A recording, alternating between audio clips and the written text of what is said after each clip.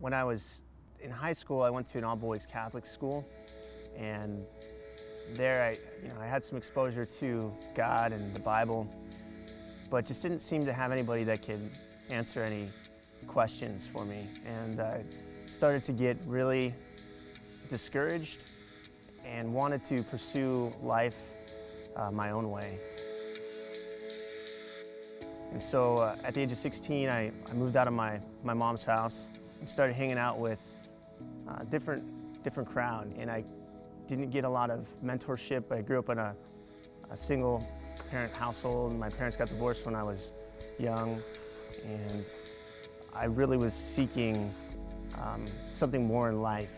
I started doing drugs and drinking heavily and partying and just doing everything that I thought would bring me fulfillment, that would make me feel a sense of completeness.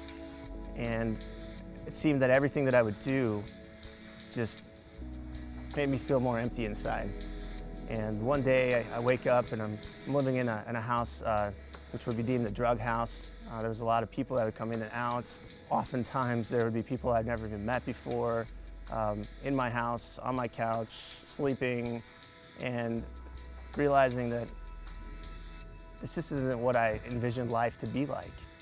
I remember my dad said at one point in time, if you want to change, put yourself in an atmosphere where you can change. And so I thought about that, and I thought, well, maybe I should get out of here. Maybe I should get out of this house, because this isn't really a conducive environment to change. So I started living with guys that were going to college, and I thought, well, maybe I should get enrolled in college. And so I started going to Paradise Valley Community College, where I decided, okay, I should just figure out what it is that I'm actually interested in life. And so I took psychology, and I took economics, and I took kinesiology, and I took philosophy. And believe it or not, the philosophy class was the one that really was fascinating to me, because the teacher said at the beginning of the class that in this class, your personal beliefs, the things that you hold true in life, will be challenged, and you're going to have to be able to give an account for what you believe in this class and be able to defend that.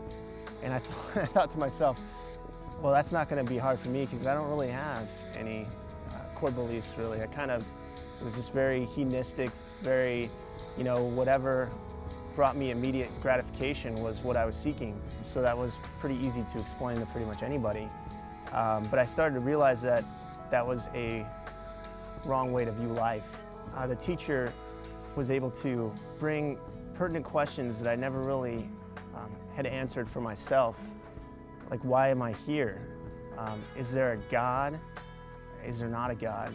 And he actually provided arguments from all perspectives, but the argument that we ended up on in the class was that there is a God, and that if there is a God, that he is in control of everything that's going on, and that he is active in our lives, and that he cares for us, and that he reveals himself to us in different ways. And I had a guy that was sitting next to me in the class named Greg Malloy, and he would ask me questions and help me to understand, a little bit more thoroughly what the professor was talking about. And one day he asked me if I wanted to come to his church to check it out, and I said, well, I got nothing to lose, so I might as well, I come to Scottsdale Bible Church, and he was actually an intern here, one of the college interns, and he'd pray with me, and he'd take me to his Bible study. And it was really there where stuff started to become pieced together. He did this example with a box and said, if you were to put a bunch of pieces of a clock in this box and you were to shake it violently, would a clock